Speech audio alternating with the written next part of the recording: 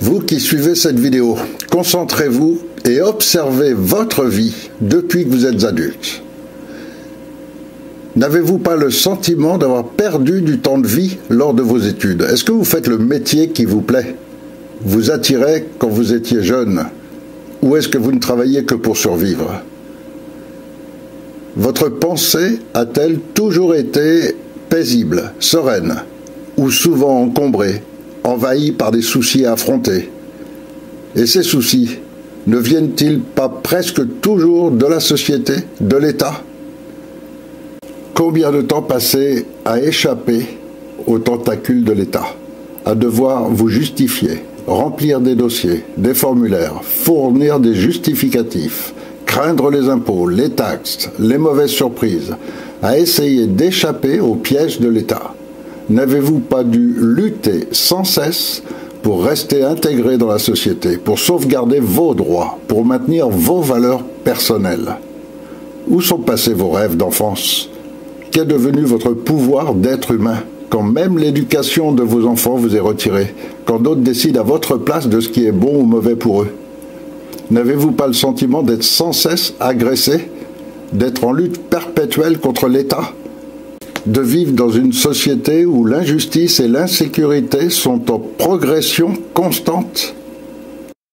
L'État, un mot qui désigne en réalité une petite caste de politiciens qui, eux, s'enrichissent de votre pauvreté, augmentent leur pouvoir en réduisant les vôtres, et vivent sans souci des lois qu'ils créent pour raffermir encore cette situation, réduisant sans cesse votre dignité humaine, vous amenant à des comportements opposés à vos valeurs morales, par exemple vous forçant à la guerre pour tuer des inconnus dans la même situation que vous, ou à la répression de ceux qui souffrent les mêmes affres que vous, faisant de vous des êtres plus proches de l'esclave que de l'humain véritablement libre et souverain, qui serait seul décideur de ses actes et de sa vie. N'avez-vous pas l'impression parfois d'être un gamin forcé de marcher sur une ligne blanche de plus en plus fine et qui reçoit des coups de plus en plus violents s'il fait un petit pas de travers? N'avez-vous pas des compromissions avec vous-même pour un salaire, une carrière, une prime, une distinction ou une aumône de leur part pour survivre un mois de plus? Ce qu'on appelle des aides sociales.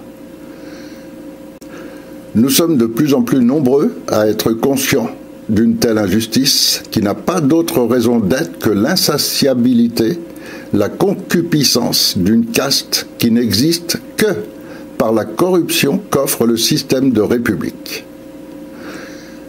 Alors si notre vie à nous ne nous a pas semblé satisfaisante, si elle ne nous a pas semblé dédiée à épanouir nos qualités humaines, est-ce que nous devons condamner nos enfants à un sort qui va être encore pire? Nous sommes nombreux à refuser que notre passivité condamne nos enfants à une vie d'esclaves soumis.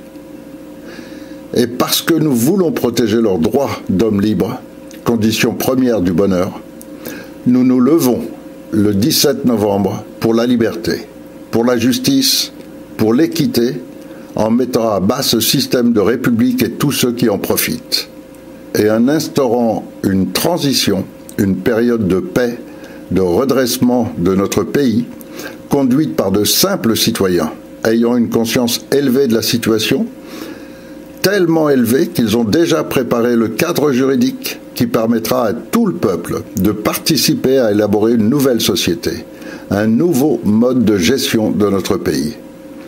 Ce 17 novembre peut être un pas en avant pour toute l'humanité par les répercussions mondiales qu'il entraînera.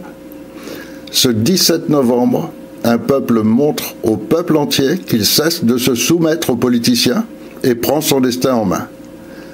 À partir de ce jour, cela pourrait être le peuple seul qui décide de tout, et son premier acte, alors, serait de remettre en vigueur la loi française en faisant procéder à l'arrestation de l'ensemble des membres du gouvernement, en suspendant de leurs fonctions tous leurs comparses et en sécurisant les centres du pouvoir afin que les citoyens préparés à assurer cette transition commencent immédiatement leur action.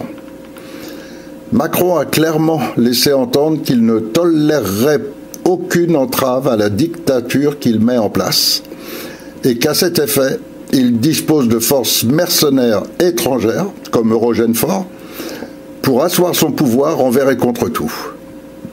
Alors si l'histoire française ne devait considérer qu'une seule vraie révolution du peuple, ce serait celle-là, celle d'un peuple éveillé aux réalités et sachant se servir de l'histoire pour instaurer une transition qui établirait définitivement que seul le peuple dirige son pays. Est-ce que ce sera celle-là, celle du 17 novembre 2018 ? La réponse dans quelques jours.